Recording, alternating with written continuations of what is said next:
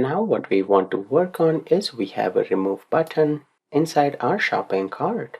So let's create this action method. So we will go to our cart controller and we will be adding a new action method. Let me copy and paste the cart index. We will call this as remove.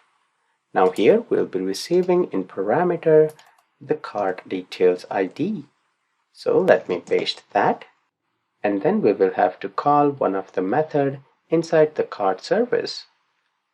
So let me just copy these 3 lines from here, paste it here.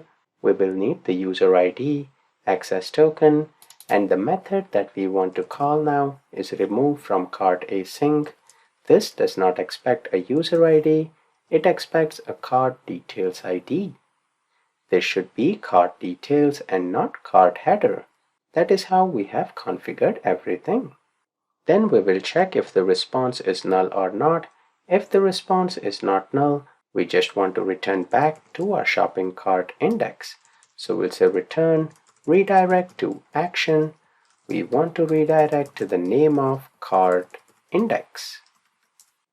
If this is not the case, we will return back to the view, and that should be sufficient. So let's run the application and see if the remove logic is working. We will go to our shopping cart and let's try to remove the sweet pie. Great, it got removed. Let's go back to our database to make sure. Right now we have 2 cart details.